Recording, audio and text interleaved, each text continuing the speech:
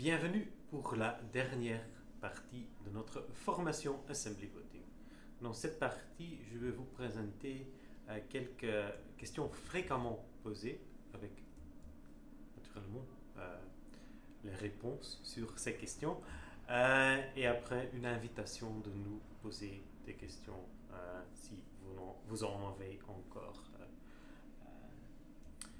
Première question que nous recevons très souvent, c'est un électeur qui a confirmé son vote dans le système. S'il clique sur le bouton, la flèche précédente dans son navigateur web, il semble qu'il peut voter de nouveau. Est-ce vrai? Non, pas du tout. C'est simplement le page qui est dans le cache du navigateur web qui va apparaître de nouveau, qui présente de nouveau soit la page de confirmation, soit un bulletin de vote si on clique deux fois sur la flèche précédente. Mais on n'a plus la possibilité de voter si on a déjà voté dans le système. Il n'y a jamais la possibilité de voter deux fois pour un électeur. Deuxième question que nous recevons très souvent, c'est que faire en cas de panne avec la connexion Internet dans l'entreprise. Ça dépend un peu. S'il s'agit d'une petite interruption dans les connexions, il n'y a normalement aucun problème. Les lecteurs qui avaient déjà voté, sa vote reste dans l'urne digitale. Ça ne change pas l'urne digitale qui est dans les systèmes d'Assembly Voting et pas dans les systèmes de l'employeur. Si l'électeur n'avait pas encore voté, il peut de nouveau se connecter sur la solution Assembly Voting et il peut voter à ce moment, après la panne. S'il y a une panne pendant toute la journée des élections, dans ce cas, c'est du force majeure et à ce moment, le président du bureau de vote doit décider sur les étapes à faire. C'est le président qui va dire nous reportons les élections ou maintenant nous imprimons des bulletins en papier. Ça, c'est le président qui le fait en dialogue avec les témoins et les partenaires sociaux. Troisième question, une question qu'il faut poser, c'est la question, est-ce que un électeur peut voter deux fois? Là, nous pouvons vous garantir que ça ne peut jamais arriver.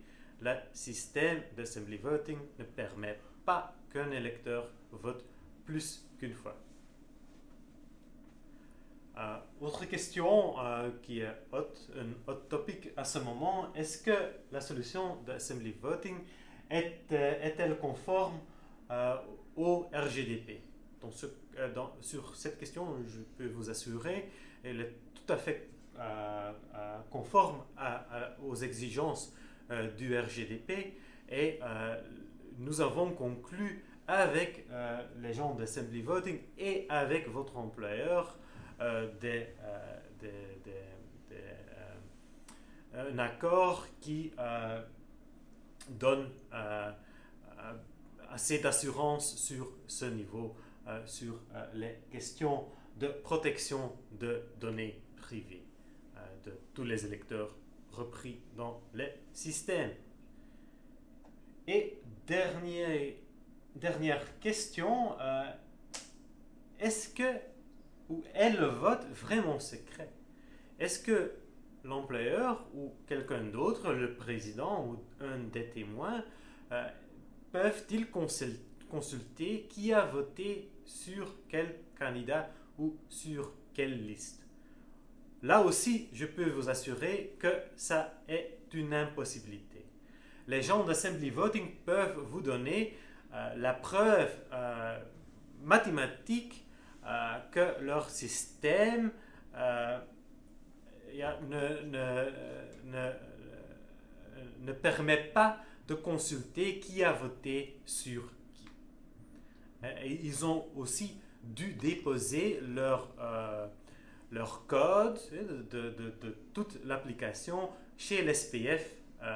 En cas de discussion devant un tribunal, le tribunal peut consulter et la preuve mathématique et la source de l'application chez l'SPF, Travail et Concertation Sociale. Ce sont les 5 questions les plus fréquemment posées. Si vous avez encore des questions, n'hésitez pas à nous contacter sur l'adresse électionsociale@sdworks.com.